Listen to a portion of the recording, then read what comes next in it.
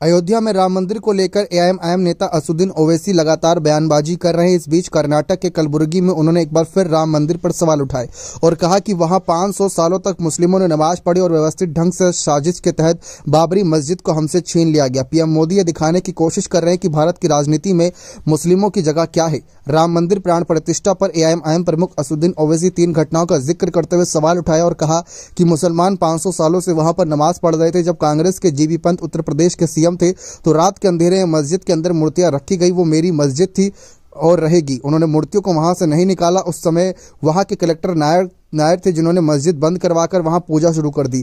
जब 50 के दशक में नायर जनसंघ के पहले सांसद बने, असदुद्दीन ओवैसी ने फिर उस पर सवाल उठाए। ओवैसी ने कहा कि साल 1986 बिना मुस्लिमों का पक्ष सुने ही वहां के ताले खोले गए। 6 दिसंबर 1992 को सुप्रीम कोर्ट वादा करने के बाद भी बीजेपी और संघ परिवार वालों ने मस्जिद का शहीद कर दिया। बीजेपी के पास ये मुद्दा तब आया जब 1989 में बीजेपी ने जब ये प्रस्ताव पास किया। जब वीएचपी बनी तब तो ये मुद्दा नहीं था। उन्होंने कहा कि महात्मा गांधी ने भी कभी राम मंदिर के बारे में कुछ नहीं कहा, इसलिए व्यवस्थित तरीके से बाबरी मस्जिद को छीन लिया गया। एआईएमआईएम नेता ने कहा कि टाइटल सूट में सुप्रीम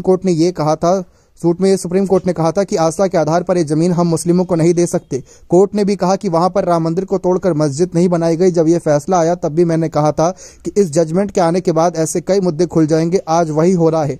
कई जगह जाकर ये कह रहे हैं कि यहाँ पर मस्जिद नहीं थी। अगर जीबी पंत ने उन मूर्तियों को उस समय हटा दिया होता, अगर ताले नहीं खोले जाते, अगर 1992 में मस्जिद को ध्वस्त नहीं किया होता तो क्या हमें ये देखना पड़ता? इस सवाल का आज कोई जवाब नहीं दे रहा है। असदुद्दीन ओवैसी ने कहा कि हम सबसे पूछ रहे हैं कि इन 3 घटनाओं को आपको क्या कहना है। कोई इस पर नहीं बोलता क्योंकि सबको बहुसंख्यकों के वोट पाना है और नरेंद्र मोदी ये सब करके बहुसंख्यक को साथ लाना चाहते हैं। वो पैगाम दे रहे हैं कि भारत की राजनीति में आपकी जगह क्या है।